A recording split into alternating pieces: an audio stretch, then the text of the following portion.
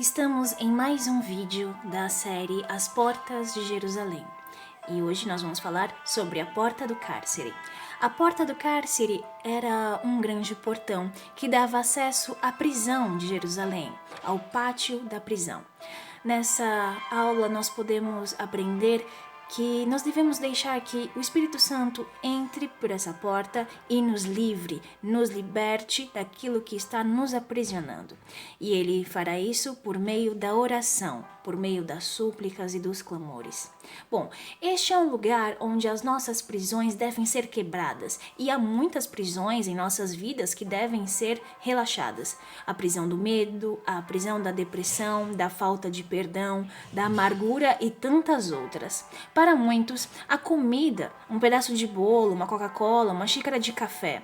Para outros, o vício em videogame, o vício em eletrônico, celular, em séries, televisão. Bom, coisas que tomam nosso tempo, elas são uma prisão. Tudo quanto tem poder de domínio sobre nós é uma prisão. A tudo que dizemos, eu não consigo deixar isso, ou eu não consigo não fazer isso, ou viver sem isso, servimos como escravos. E o nosso ajudador, Espírito Santo, quer quebrar o jugo dessas prisões. Para tanto, precisamos dar-lhe acesso ao pátio do cárcere e rejeitar todas as cadeias. Eu vou falar para vocês agora uma história da Bíblia que pode ser transformada. O nosso personagem de hoje é o apóstolo Pedro e ele estava preso. E ele foi libertado porque os irmãos estavam orando por ele, a igreja estava orando por Pedro.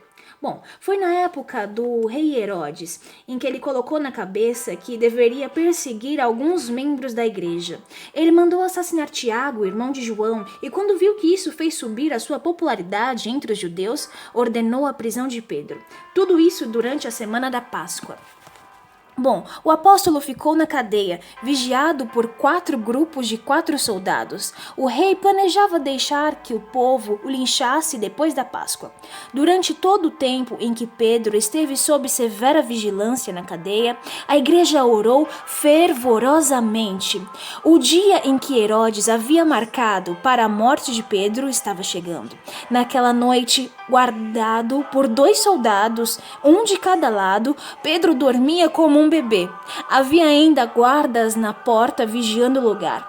Herodes não queria correr riscos. De repente, apareceu um anjo ao lado do prisioneiro e uma luz inundou a cela. O anjo acordou Pedro depressa.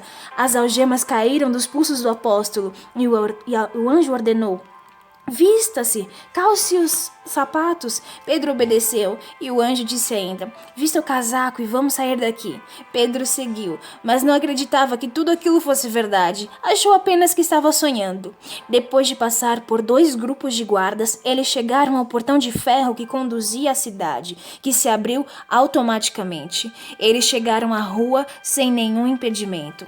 Na primeira esquina, o anjo deixou e seguiu seu caminho. Foi quando Pedro percebeu que não estava sonhando. Não posso acreditar, isto é real. O Senhor enviou seu anjo e me livrou das garras de Herodes e do espetáculo que a multidão judaica esperava.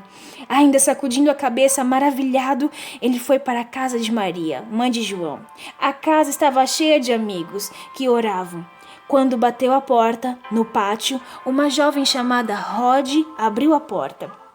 Mas, quando ela reconheceu a voz de Pedro, ficou tão alegre e ansiosa que correu para contar para os outros, esquecendo-se de deixar Pedro entrar. Mas eles recusavam-se a acreditar na palavra dela. Você perdeu o juízo, disseram, mas ela insistia em sua história.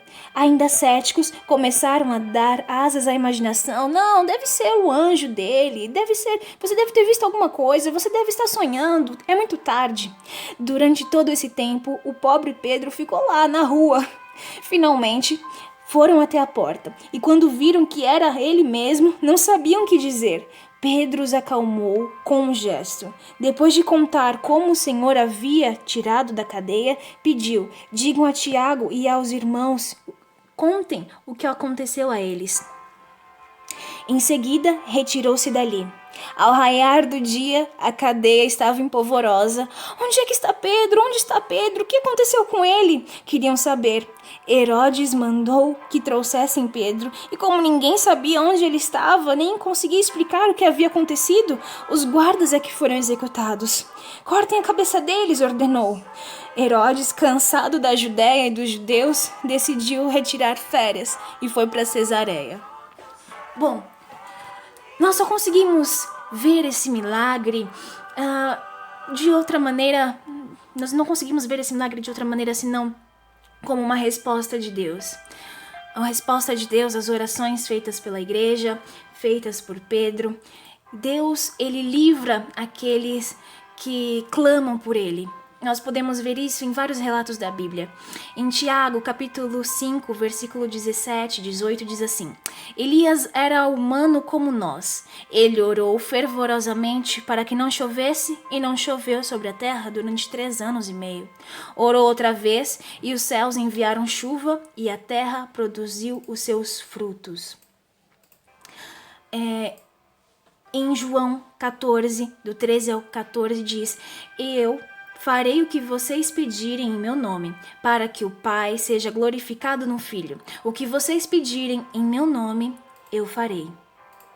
Nós também podemos ver em Mateus 21 ao 22, Jesus respondeu: Eu asseguro que se vocês tiverem fé e não duvidarem, poderão dizer a este monte: levante-se daqui e atire-se no mar, e assim será feito. E tudo o que pedirem em oração, se crerem, vocês receberão.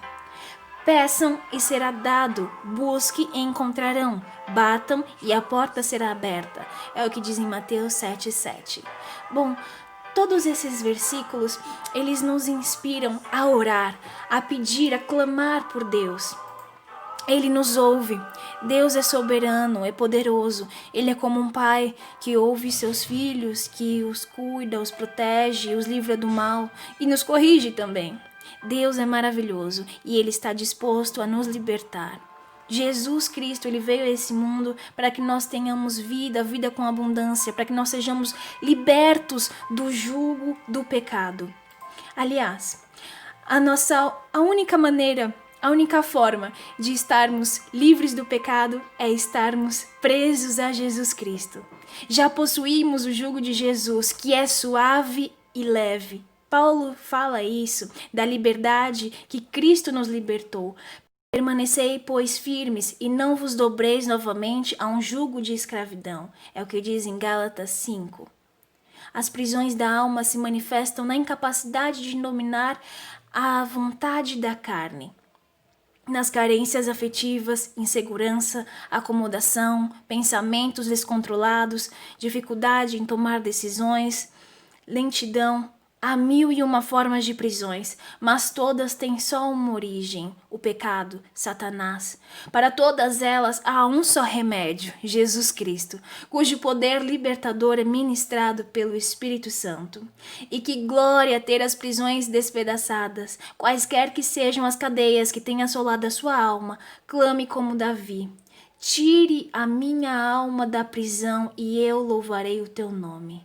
Que você possa ter paz, que você possa ser livre, livre pelo sangue de Jesus Cristo, liberto pelo Espírito Santo de Deus na sua vida.